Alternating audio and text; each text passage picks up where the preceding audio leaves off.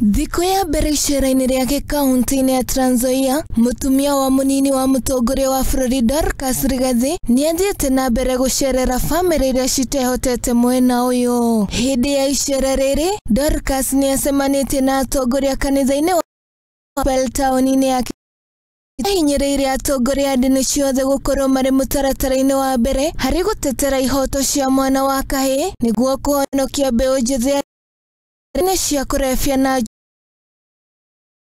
Nzoia mmeanza kuelewa kwa nini ninakimbia na huyu mtoto wangu wa kiume na kumtetea.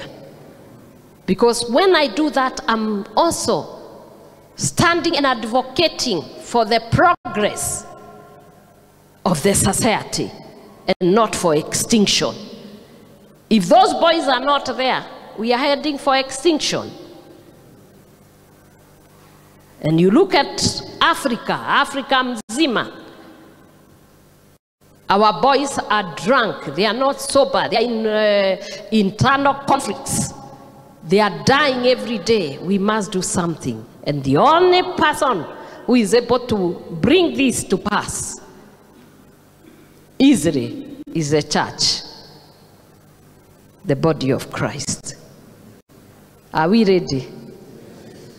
Kwa hivyo kama kanisa tujibidishe, tuone kwa mtoto mvulana. Mutanisaidia? Mutanisaidia? O hindi iyo, Dorcas niakomithitie mbara cia kimuciria ciongererekete na njĩra nene gũkũ bũrũri-inĩ, makĩria rĩrĩ bũrũri ũragerera moritũ. When the head of the family, who is a man, is drunk, is drugged, is abusing alcohol and substance, then gender-based violence is going to be everywhere. And my girls will be married by people who are not sober. And therefore, when I mitigate the case of a boy child, ni mtoto wa msichana ninatetea. Hindi ya icera riri, Pastor Dorcas nĩerĩgĩrĩirwo gũkorwo akĩrugũria mĩtaratara ĩrĩa ĩgũteithĩrĩria andũ arĩa marĩ na mawathe thikũ igĩrĩ cia ũrigitani ũtarĩ marĩhi ũrĩa ũgũkorwo ũkĩrongoreria mwana wa kahĩĩ hamwe na atumia a ndigwa. Ngiribotera Mũthingi TV, rĩtwa rĩakwa nĩ Wanjirũ wa Maina.